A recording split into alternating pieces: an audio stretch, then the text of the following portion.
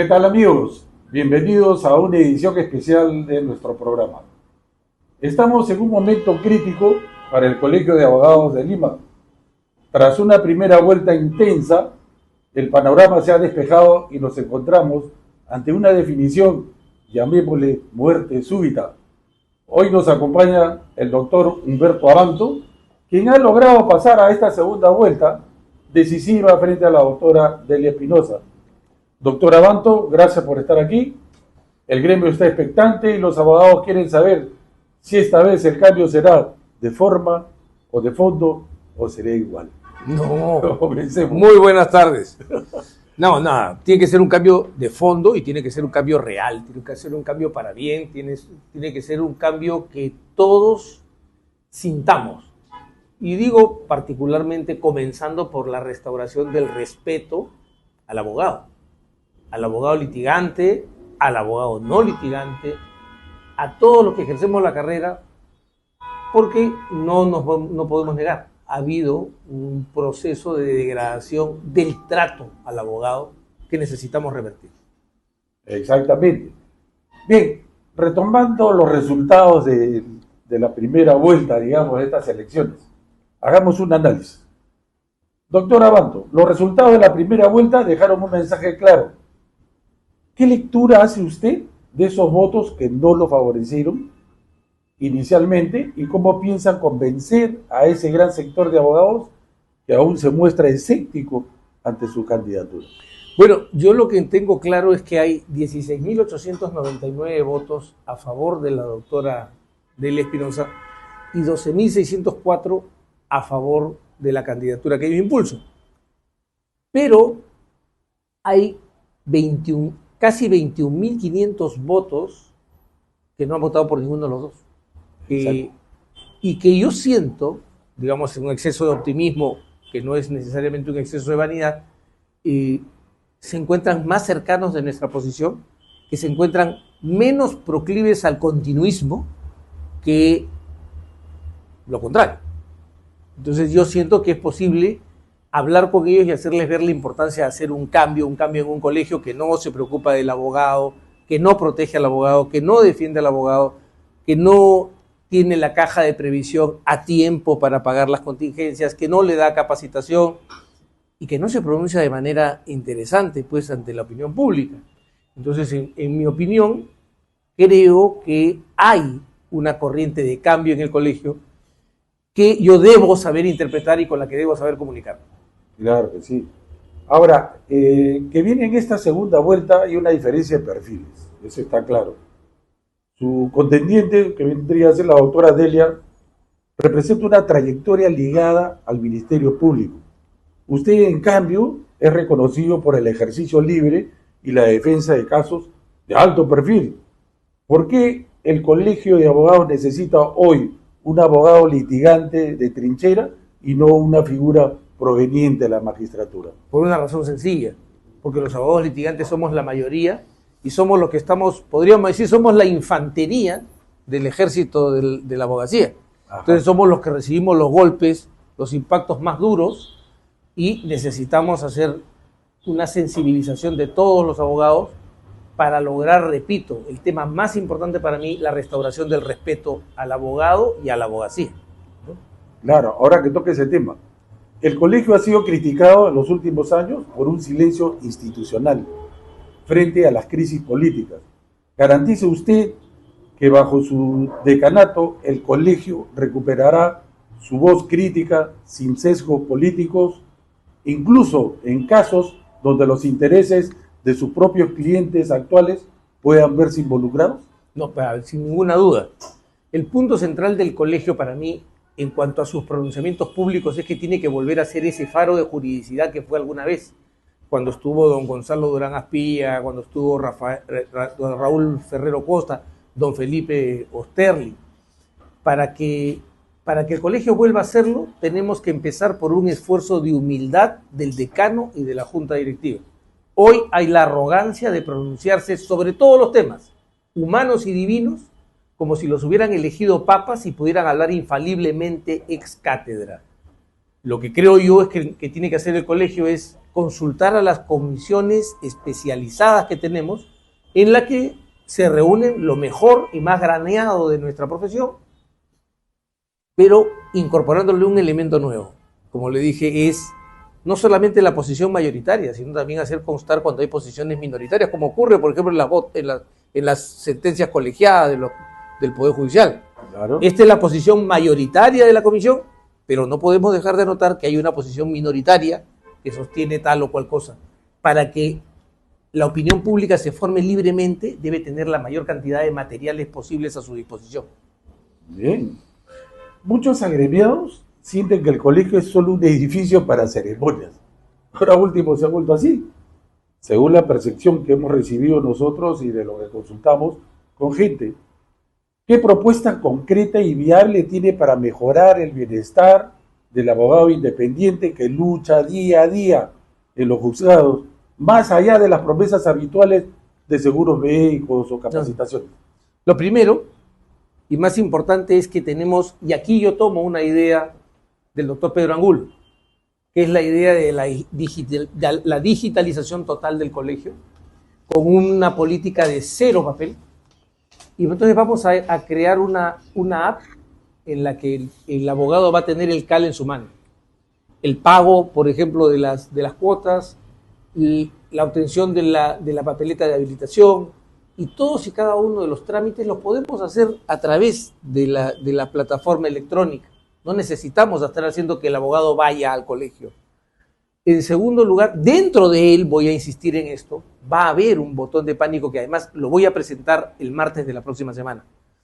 Con el primer borrador de la aplicación digital, tomando el nombre que con autorización del doctor Angulo usaremos, y vamos a mostrar que el sistema sí funciona y ni siquiera con un botón, sino que va a funcionar con un llamado de voz que va a permitir tener la ubicación del abogado, va a permitir tener conexión con 10 abogados más, o sea, no solamente el centro de emergencia de la Dirección de Defensa Gremial, sino 10 abogados, porque hay otra cosa que nosotros queremos impulsar, y es el concepto de que defensa gremial somos todos.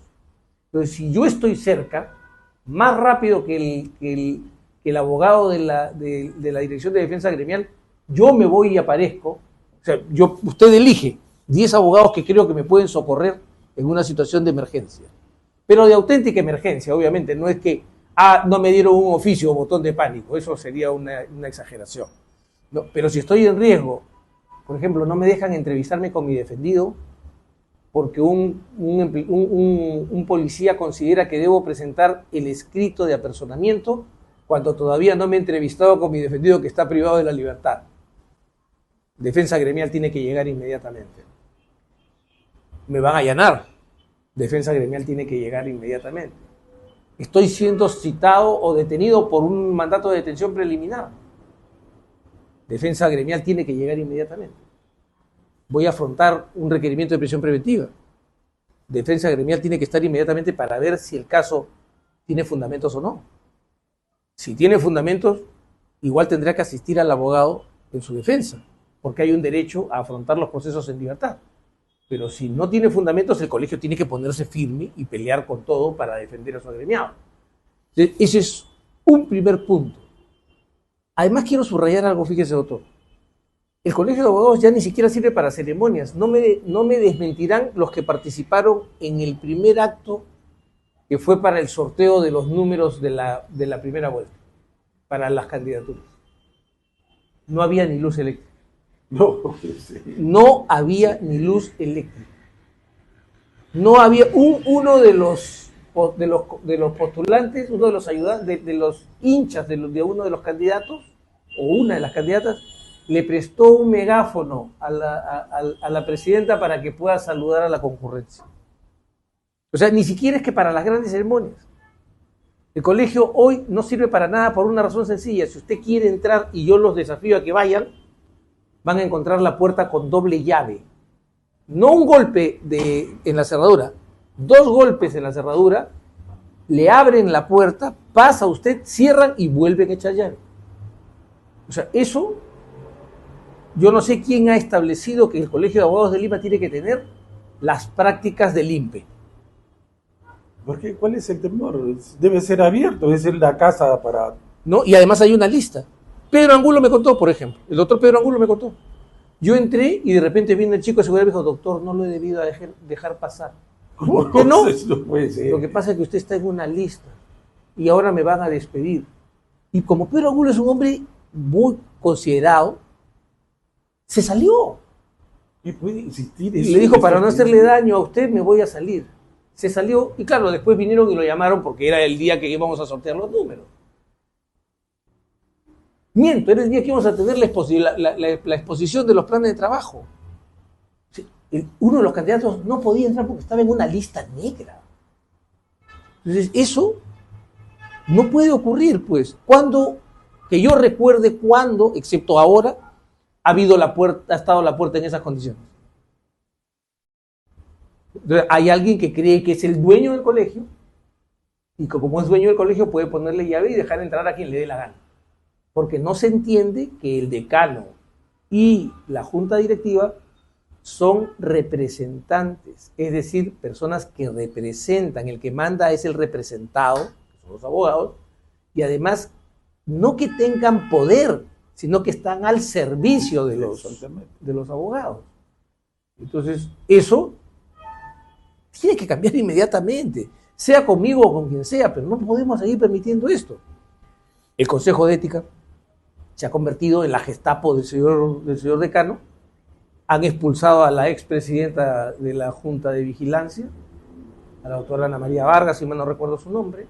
25 delegados han sido expulsados. El Consejo de Ética mismo, originalmente elegido, fue expulsado, fue echado. Hay mandatos judiciales que no se cumplen. A mí me han contado, porque me he quedado espantado, cuando dicen que el colegio ha respondido diciendo que las medidas judiciales no afectan ni se cumplen en el Colegio de Abogados de Lima. Se lo han dicho al juez. ¿Y el juez qué ha hecho? Ha multado. ¿Quién va a pagar la multa? ¿Nosotros los abogados o el que desobedeció? Yo creo que lo que viene es un gran proceso de responsabilización por las enormes obligaciones que nos han creado. Ahora, por ejemplo, hay un despido de trabajadores. Yo no sé cuánto nos va a costar. Claro. Porque van a haber multas de SUNAFIL y van a haber demandas o de indemnización o de reposición con pago de salarios caídos. ¿Y eso quién lo va a pagar? ¿Nosotros o el que no conoce derecho laboral y hace estos despidos con carta que llega hoy para que usted no trabaje mañana? Es increíble, y en el colegio donde se supone que el derecho es por eso lo que rige, ¿no? Hemos afrontado la vergüenza de que una central de trabajadores nos ponga un comunicado invitando al Colegio de Abogados de Lima a respetar la ley. ¿Se dan cuenta? Eso es como pedirle al colegio médico que respete la salud de alguien. Hemos llegado a una situación que es realmente intolerable. Y si no es por la presión de todos los colegas, anteayer desaparecían al comité electoral y ponían al que querían para garantizarse la sucesión. Eso es cierto, ¿no? Hubo una amenaza con el comité electoral. No hubo una amenaza, llegaron hasta ahí, hasta el momento en que sintieron la presión y dijeron, me desisto, y aún así siguieron cuando alguien se desiste, yo en una asamblea general extraordinaria que tiene un solo punto de agenda, yo no lo puedo cambiar. O trato ese punto, y si alguien se desiste de ese punto, ya no puedo tratar otro punto. No, pasemos a ver si los mandamos al Consejo de Ética. Y que el señor decano no diga, señores, lo lamento, se desistieron, terminó el asunto, se levanta la sesión. No. Qué interesante. Seguimos en 2 minutos. IFGP, Instituto de Formación y Gestión Política.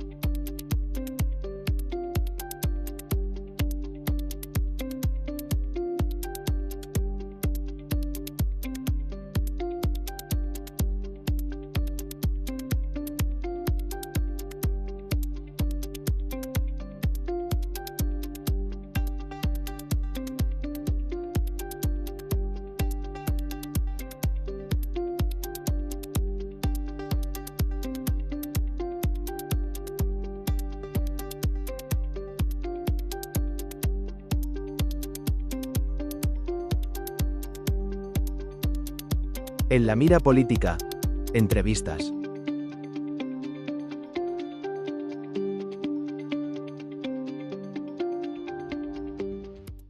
¿Ese es el de muerte de una persona en el Perú? Sería imposible. Entonces, sí se puede hacer. Lo que pasa es que los que no quieren que se haga o jamás se les ocurrió hacerlo, quieren hacerle a creer a los demás que eso no se puede hacer. Entonces, por eso yo insisto, el que nunca hace nada cree que los demás son incapaces de hacer algo. Y además, si uno no puede, se pone en manos de especialistas, pues no, Pero sobre todo en tecnología. Tecnología. Es tecnología. Y equipo tenemos, porque tenemos más de 200 personas que trabajan en el colegio. O sea, no me digan que no tenemos plataforma de recursos humanos, más la plataforma digital, el abogado va a tener protección, va a sentir la presencia de su colegio. Es interesante ahora la plataforma digital, ¿no? Tiene que estar moderna y ajustada a la época, pues. Además, en mi lista va como directora de biblioteca la doctora Kelly Rodas, a la que le he encargado un proyecto que además para mí personalmente es uno de los más caros, los más queridos, que es la biblioteca virtual del colegio, en la que pensamos entrelazar no solamente libros, sino los bancos o los repositorios de jurisprudencia de los más grandes tribunales. El tribunal alemán, la Suprema Corte de los Estados Unidos, la Corte colombiana, que suele ser bastante buena, el Tribunal Supremo Español, el Tribunal Constitucional Español. O sea, atar todo eso, el Tribunal Europeo de Derechos Humanos, la Corte Africana de Derechos Humanos, la Corte Interamericana de Derechos Humanos. Es decir, reunir todos los elementos que puedan estar en la mano del abogado para que pueda consultar en una plataforma suficientemente amplia. Pero hay algo más, porque cuando alguien me escuchó decir estas cosas, y esta es otra persona que se ha acercado a mí esta mañana, me dice, ¿tú sabes que puedes ponerle un asistente digital a cada uno de tus abogados? Yo le dije, no. Bueno, estás en la época de la carreta. Claro, ¿Te puedo poner un asistente digital por cada uno de tus abogados? ¿Qué? Que participe con él en las audiencias y le haga el resumen de lo que pasó. Que recoja la reunión con su cliente y le haga el resumen del relato de su cliente. Claro. Que le facilite todos los elementos para que él pueda hacer su trabajo. Eso, por ejemplo, me parece maravilloso, porque ese es el uso que debemos darle a la inteligencia artificial. Una ayuda para el desarrollo de la mente del abogado y no una cosa que suplante la inteligencia del abogado. Tenemos que tener mucho cuidado porque si nosotros dejamos que nuestra profesión se vuelva mecánica, sí, la inteligencia artificial nos va a reemplazar en gran mayoría. Pero si logramos usar la inteligencia artificial como un instrumento para que nuestro cerebro funcione más y más rápido, vamos a tener la competitividad que nos va a permitir permanecer en el mercado por largo tiempo. Eso sí es vivir el momento. Vamos a retornar a las elecciones. Para ganar esta segunda vuelta, necesita el apoyo de las listas que quedaron fuera, indudablemente. ¿Está usted negociando? ¿Hay alguna convergencia en planes? No, lo que yo he estado viendo es en qué cosas nos parecemos. ¿Ya? Y cómo hay ideas que coinciden o que encajan bien en las cosas que nosotros hemos estado tratando de hacer. Vuelvo a decir, digital, por ejemplo, la idea de la digitalización la planteó Pedro Angulo. La idea de fortalecer la institucionalidad la ha planteado Ruth Monge. Yo estoy de acuerdo con eso. La idea de Judith Torres de fortalecer la defensa coincide con la propuesta de defensa gremial que nosotros tenemos. Los doctores Rioja y Gómez, igual que Pedro Angulo, tienen una misma preocupación que yo comparto, que es defender la intangibilidad de los fondos de nuestra caja de previsión social del abogado. O sea, ese dinero tiene que estar aparte. No podemos usarlo como caja chica. No podemos usarlo para pagar lo que por flojera no recaudamos. La primera tarea es esforzarse, y desde aquí lo digo con claridad, teniendo claros los límites. Necesitamos que 33.000 abogados se reincorporen al colegio en condición de activos. Muchos de ellos deben 5, 6, 7, 8, 9 años, gente que está en el sector público o que está en el sector privado y que siente que no necesita la colegiatura. La cuestión es sencilla. Podemos perdonar montos que tienen que ver con la administración del colegio, que son los 9 soles, 9 de los 17 soles que pagamos. Los 8 de la caja no se pueden perdonar. Entonces yo creo que si hacemos 10 soles, por 12 son 120, por 4 son 480, ¿no? Si le decimos a la gente, con 500 soles, que me los pagas en 2 partes, te activas. Mañana. Olvídate de los 5, 6, 7, 8, 10 años. Olvídate de que tendrías que pagar 800 soles para ponerte al día, porque son los últimos 4 años que ya. Con 500 soles. Ese es un primer estudio. La cifra va entre 500 y 600. Si nosotros lográramos eso, fíjense, si lográramos a 600 soles, el colegio recibiría en 2 tramos 19.800.000 soles. 19.800.000 soles. Puedo sanear la caja de previsión social y puedo liberar los inmuebles para poder desarrollar la casa que se compró. Podemos discutir, vi el debate entre el doctor Jorge Rioja y el doctor Francisco Gómez en la presentación, pero al margen ese debate ya no es actual. El debate es qué vamos a hacer con la casa. Y creo que podemos hacer un desarrollo inmobiliario importante sacándolo a un concurso en el que me gustaría que participen como comisionados el doctor Gómez, el doctor Rioja, el doctor Angulo, la doctora Torres, la doctora Monge, ¿no? el doctor Peña, que ellos sean quienes convoquen a las mejores inmobiliarias, porque esa es una zona valiosísima. El cálculo que se tenía en el proyecto que se hizo en la gestión del doctor Bazán habla de 6 o 7 millones de dólares de valor en edificación, ¿no? Para el colegio.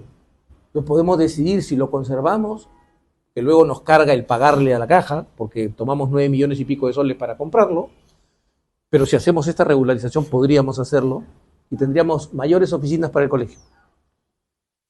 Podemos poner a debate, por ejemplo, un asunto importante. Si tenemos 2.000 metros cuadrados de construcción ahí al frente, porque se levantarían hasta 6 pisos, a 2.000 nos quedarían 2.000 metros a nosotros. En vez de sobre 6.500 metros totales de construcción. Y eso le queda para la sustentación del colegio. ¿No podríamos, por ejemplo, provocar un concurso entre las empresas que hacen centros comerciales y que se haga un centro comercial ahí en nuestro local principal, que guarde una zona y una cantidad de pisos para el colegio y que el colegio esté allí ahora? Eso que obviamente no la va a hacer esta gestión, pero podemos sentar la base por lo menos de la discusión, que decirle, oiga, aprovechemos, es una zona valiosísima y podemos tener un local como como tiene el Colegio de Ingenieros Moderno, como tiene el Colegio de Ingenieros o como tiene el Colegio Médico. Ustedes pasen por 28 de julio con Grimaldo del Solar y el edificio que tiene el Colegio Médico es causa envidia. O vayan por Marconi con Burgos y vean ustedes el local del Colegio de Ingenieros, Prescott y Burgos, y uno se queda sorprendido, ¿no? ¿Por qué el Colegio de Abogados no puede hacerlo? Porque es un tema de gestión. O sea, yo vengo del sector privado. Yo no vengo de un sector que recibe dinero que no genera, sino que lo recaudan de los ciudadanos. Exacto. Y lo gastan. No, yo vengo de un sector en el que yo tengo que inventarme cómo encuentro los recursos para renovar las máquinas en mi estudio, cómo hago las cosas para que mis chicos estudien su maestría, cómo hago las cosas para que la oficina esté funcionando perfectamente.